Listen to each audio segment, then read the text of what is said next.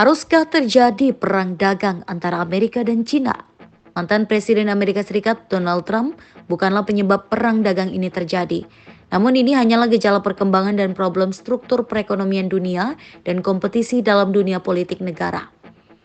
Pimpinan negara menilai bahwa ekspor itu sehat bagi perekonomian domestiknya, namun impor itu memperburuknya, sehingga politik dagang tarif Cina impor dinilai jadi instrumen penting, namun menciptakan perang dagang itu.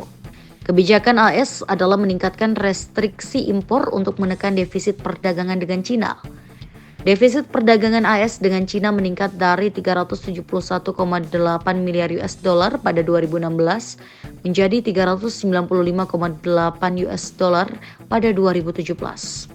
Cina bereaksi keras dengan menambahkan tarif impor terhadap 128 produk AS senilai 3 miliar US dollar dengan rincian 120 produk AS terkena ekstra tarif 15% dan 8 produk AS terkena ekstra tarif 25%. Selanjutnya, Cina menambahkan tarif untuk 106 produk impor dari AS senilai 50 miliar US dollar. Perang dagang penuh ketegangan dimulai tanpa bisa dipastikan kapan berakhirnya. Perang dagang adalah suatu manifestasi di dalam ketegangan antara dua ekonomi terbesar dunia. Jika berlangsung tiada henti, maka potensi masuk ke stadium perang ekonomi dengan dimensi-dimensi serta resonansinya meluas. Baik antara dua negara dengan berbagai komoditas ekspor impornya maupun mengajak negara sekutu-sekutu ekonomi masing-masing, dan banyak pihak memproyeksikan Cina menang dan timing inilah memunculkan era kebangkitan Cina dan era kemerosotan AS. Peter Navarro menyatakan ini adalah kematian oleh Cina, death by China.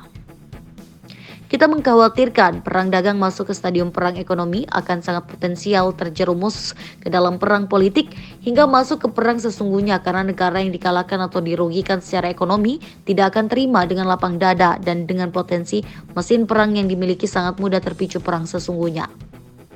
Dengan demikian, banyak negara akan mengalami kerugian dan kemunduran dalam perekonomiannya, sehingga disinilah dibutuhkan pemahaman bersama tentang tata kelola perekonomian yang berbeda, tapi dapat secara harmonis, memperkuat prinsip bermitra, pendampingan bukan bersaing, tapi menemukan tata kelola ekonomi baru di dunia, menyatukan model perekonomian antara Barat dan Asia. Indonesia harus menang dalam pusaran perang dagang Amerika dan Cina. AS dan Cina merupakan negara eksportir terbesar di dunia. Perang dagang AS dan Cina bisa menjadi peluang dan tantangan bagi kinerja perdagangan Indonesia. Kita dapat memanfaatkan peluang pasar untuk produk ekspor nasional di pasar AS dan Cina akibat perang dagang kedua negara tersebut. Apabila AS menghambat perdagangan untuk produk ekspor Cina, maka memberi peluang bagi produk ekspor Indonesia ke pasar AS. Produk ekspor yang dapat memanfaatkan peluang pasar AS terutama tekstil dan alas kaki. Sementara itu, ekspor AS ke Cina terbanyak adalah pesawat, kendaraan, biji-bijian atau soybean, mesin-mesin, barang dari kayu dan plastik. Apabila Cina menghambat perdagangan untuk produk ekspor AS, maka membuka peluang bagi produk ekspor Indonesia ke pasar Cina. Produk ekspor yang dapat memanfaatkan peluang pasar Cina terutama produk CPO. AS dan Cina akan mencari pasar baru untuk produk ekspornya dengan harga lebih kompetitif, dan pasar potensial untuk produk-produk tertentu adalah Indonesia. Inilah tantangan sekaligus ancaman bagi Indonesia.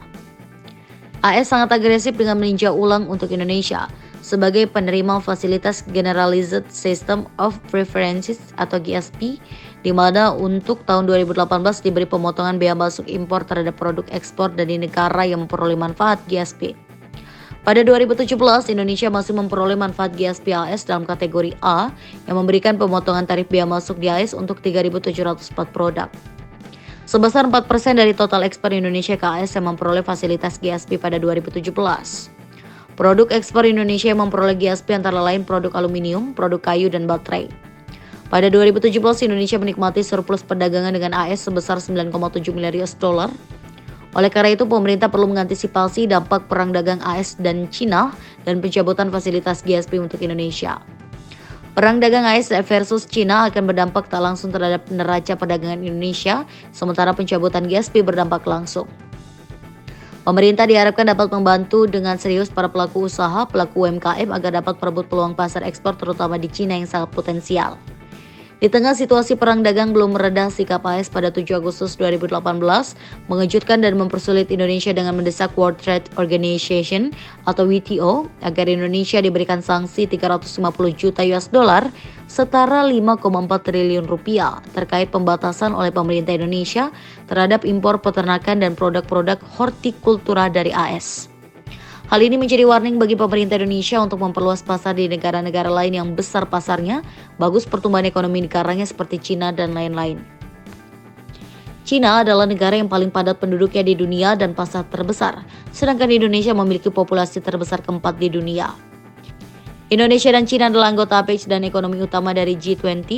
Hubungan perdagangan antara Indonesia dan Cina tampak kian mesra di pertemuan konferensi tingkat tinggi atau KTT G20. Hubungan perdagangan antara Indonesia dan Cina tampak kian mesra di pertemuan konferensi tingkat tinggi atau KTT G20 yang tengah berlangsung di Osaka, Jepang pada 28 Juni 2019 lalu. Di sisi lain, Indonesia adalah negara yang sangat kaya dengan sumber daya alam dan mineral baik di darat maupun di laut. Kekayaan alam Indonesia yang sangat luar biasa ini sangat punya posisi tawar yang tinggi bagi negara-negara industri yang sedang maju saat ini, seperti Cina, untuk membangun kemitraan yang saling menguntungkan kedua negara. Seperti komoditas minyak kelapa sawit atau crude palm oil atau CPO yang merupakan komoditas ekspor utama Indonesia ke Cina. Tahun 2018, impor Cina terhadap CPO Indonesia sudah melampaui angka 1 juta ton yang berarti sudah lebih dari angka yang dijanjikan Presiden Xi sebelumnya. Kerjasama ekonomi Indonesia dan Cina diperkirakan akan bertambah intensif. Data Badan Koordinasi Penanaman Modal Nasional atau BKPM, Cina merupakan negara keempat terbesar penyumbang investasi asing langsung bagi Indonesia setelah Singapura, Jepang, dan Malaysia. Periode Januari dan Desember 2018, investor dari Cina menginvestasikan dana sebesar 2,4 miliar US dollar Amerika atau sekitar 8,2% dari keseluruhan investasi asing yang masuk ke Indonesia. Hubungan Indonesia dan Cina semakin menguat atas kesatuan visi kemitraan strategis 2030 antara Cina dan negara-negara anggota ASEAN. Dengan adanya visi ini, hubungan dagang, investasi, dan arus turisme akan meningkat tajam di kawasan ASEAN terlebih ke Indonesia. Cina dan negara ASEAN sepakat untuk mengintensifkan upaya pemenuhan target bersama volume perdagangan sebesar 1 triliun US dollar dan investasi 150 miliar US dollar pada 2020 dan Indonesia sangat potensial untuk ambil keuntungan yang besar dalam hal ini. Rakyat Indonesia sangat rasional melihat masa depan perekonomian bangsanya sehingga sekalipun Jepang yang pernah menjajah bangsa Indonesia, namun investasi Jepang bisa kita terima dengan baik. Demikian pula dengan hubungan perekonomian dengan Cina sangat potensial diterima dengan baik, terlebih Cina belum pernah dalam sejarah negaranya menjajah negara manapun di dunia ini. Hubungan Indonesia dan Cina telah dimulai sejak berabad-abad lalu. Indonesia merupakan bagian dari jalur maritim dari jalur sutra yang menghubungkan Cina dengan India dan dunia Arab.